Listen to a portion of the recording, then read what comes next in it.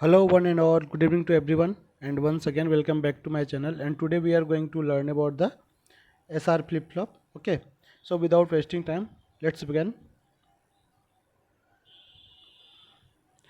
So first of all, I would like to tell you about the types of flip-flop. So there are four types of flip-flop which is mentioned here. Okay, SR flip-flop, JK flip-flop, T flip-flop and D flip-flop. Flip flop चार तरीके के होते हैं और आज हम जो cover करेंगे एस आर फ्लिप फ्लॉप को कवर करेंगे। अपकमिंग वीडियो में जेके और फिर उसके बाद जो वीडियो आएगी वो टी और उसके बाद की जो वीडियो आएगी वो डी की। इस तरह से हम पूरा फ्लिप फ्लॉप कवर कर लेंगे। ओके, तो चलते हैं फर्स्ट पॉइंट की ओर।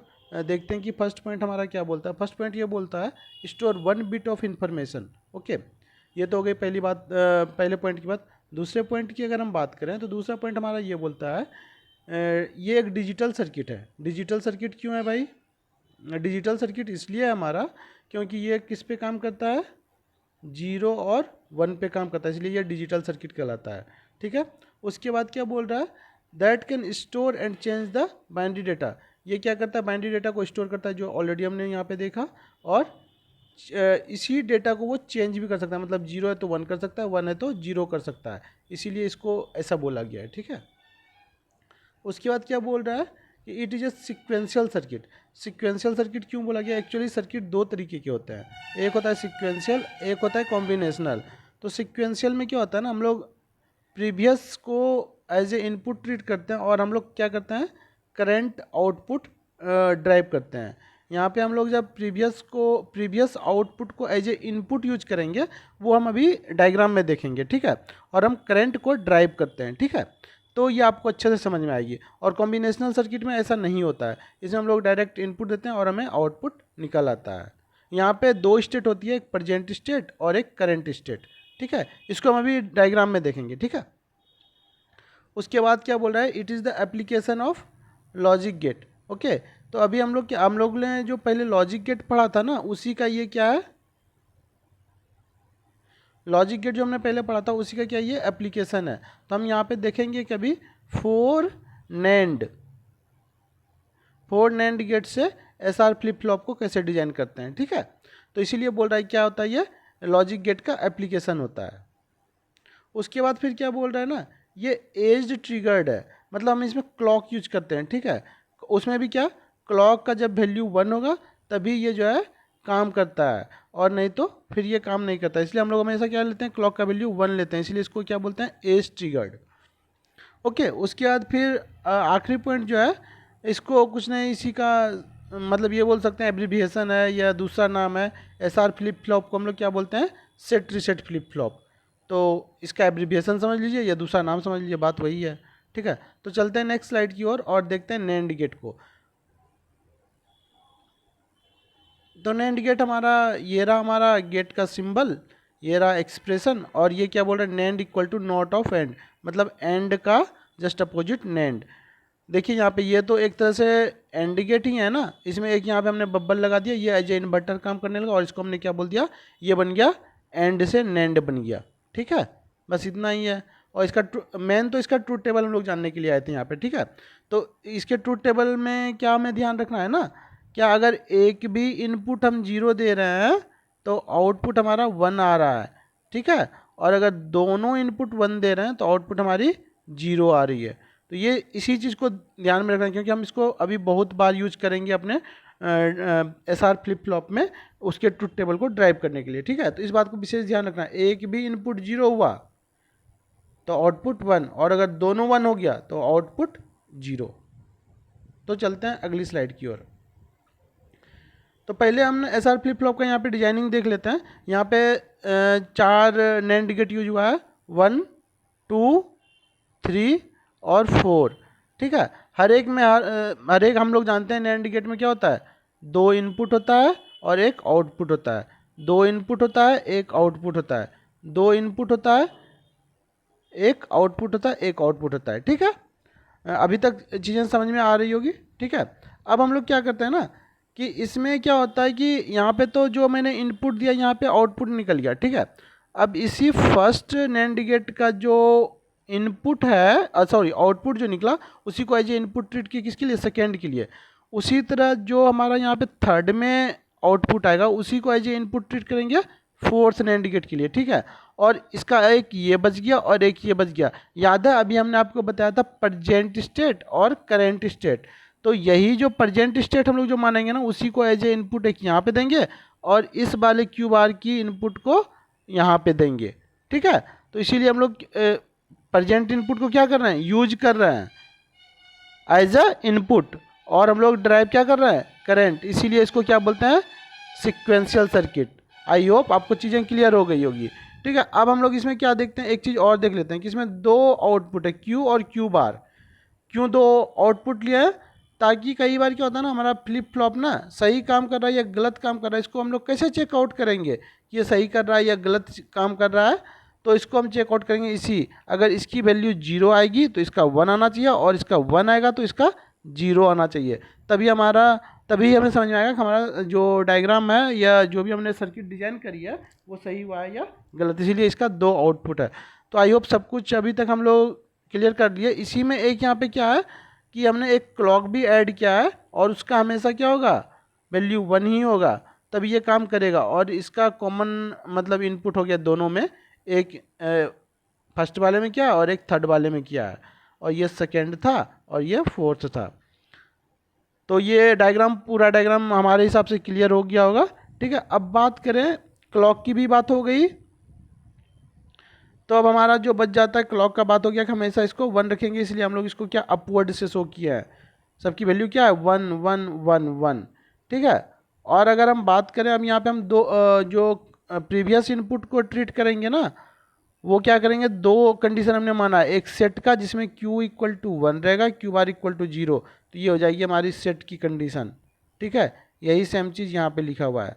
उसी तरह अगर हम बात करें दूसरे प्रेजेंट स्टेट की, तो यहाँ पे क्या हो जाएगा, दूसरा प्रेजेंट स्टेट रीसेट, मतलब q का वैल्यू जब हम 0 लेंगे और q बार का 1 रहेंगे, तो इसको हम लोग क्या बोल देंगे, रीसेट बोल देंगे, ठीक है। यही चीज़ यहाँ पे लिखा हुआ, और फिर इसी के बिहाफ पे एनालाइज करेंगे कि हमारा आउटपुट क्या आता है, ठीक है। तो चलिए यहाँ पे 4 केस है टोटल, और हम चारों केस को एक एक करके ड्राइव करते हैं। तो 4 केस में एक ये वाला, एक ये वाला, फिर एक ये, फिर एक ये, एक एक करके हर एक को ड्राइव करते हैं। तो पहले केस को लेके चलते हैं। तो फर्स्ट केस हमारा क्या बोल रहा है, दोनों इनपुट 0 है, 0 डाल दिए, 0 डाल दिए, क्लॉक हमने बताया 1 रहेगा, तो यहाँ भी 1, यहाँ भी 1, ठीक है। अब हम क्या करते हैं, एक कंडीशन को लेके चलते हैं, पहले सेट को एज ए प्रीवियस कंडीशन लेते हैं या लेट मान लेते हैं, प्रीवियस या लेट, तो क्या हो जाएगा, ये 1 हो जाएगा, ये 0 हो जाएगा। अब हम लोग क्या करते हैं, इस 1 को क्या करते हैं, यहाँ पे इनपुट डालते हैं, ये 1 हो जाएगा, और इस वाले को यहाँ पे इनपुट डालते हैं 0, सिक्वेंशियल सर्किट। याद आया कुछ, अभी थोड़ी देर पहले बताया। अब आउटपुट निकालना शुरू करते हैं, तो एक भी 0, तो यहाँ पे आउटपुट क्या आ जाएगा, 0, ठीक है, सॉरी 1 आएगा, यहाँ पे क्या आएगा, 1 आएगा। एक भी इनपुट 0 पे क्या बताया था, 1 आएगा, मैंने गलती से 0 बोल दिया, 1 आएगा।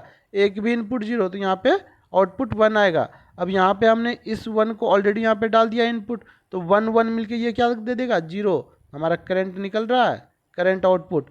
उसी तरह अगर हम इस 0 को यहाँ से ले जाकर ऐसे डाल दें, तो यहाँ 0 हो जाएगा, एक भी 0, तो आउटपुट 1। तो हम देख रहे हैं कि हमने सेट की कंडीशन को माना था यहाँ पे, ठीक है, और रिजल्ट भी हमारा क्या आया, सेट ही आया, मतलब 0 1 ही आया।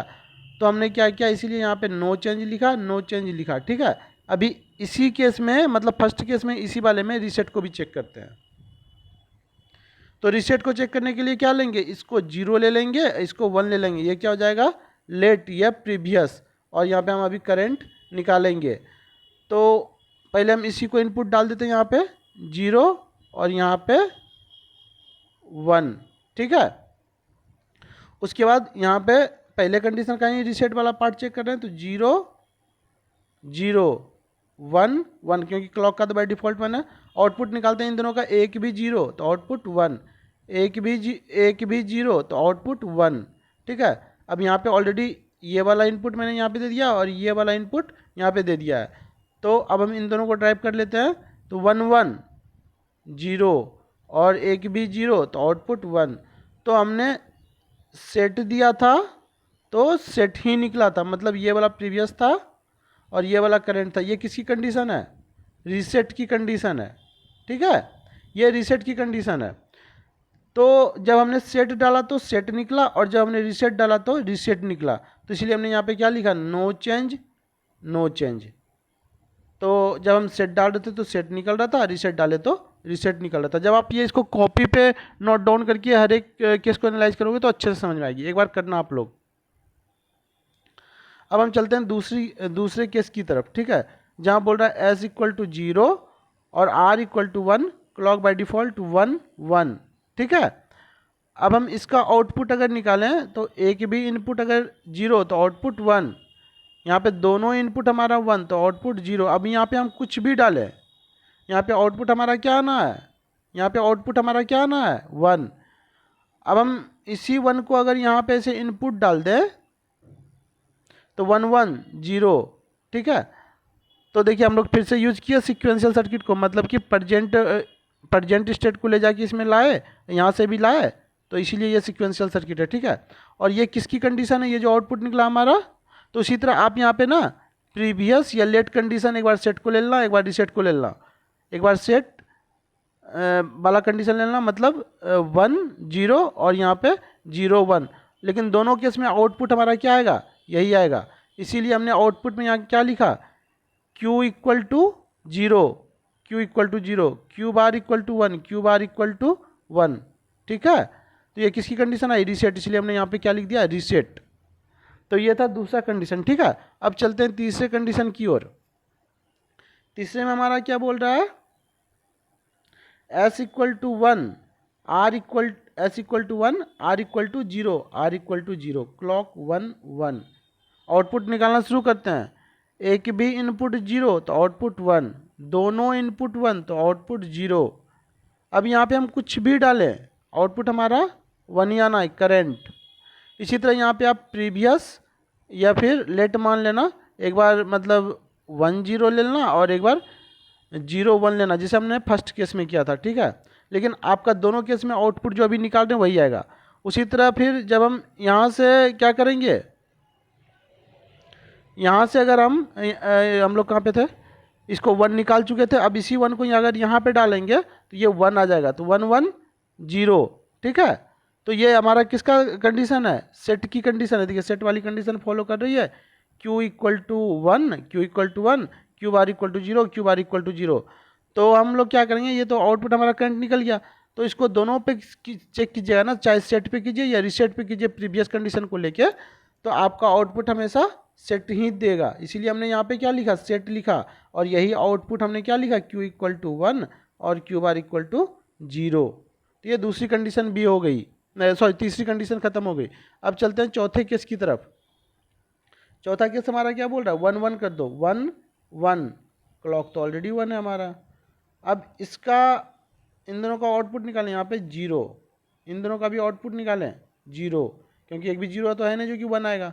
अब यहाँ पे हम कुछ भी डालें, यहाँ पे भी कुछ भी डालें, इसका भी 1 आएगा, इसका भी 1 आएगा। उसी तरह यहाँ पे आप लोग क्या करना, एक बार प्रीवियस मान लेना या लेट, और यहाँ पे एक बार 0 1 लेना और एक बार 1 0 लेना, ठीक है। लेकिन आउटपुट दोनों केस में हमारा करंट में क्या निकलेगा, 1 1 ही निकलेगा, ठीक है।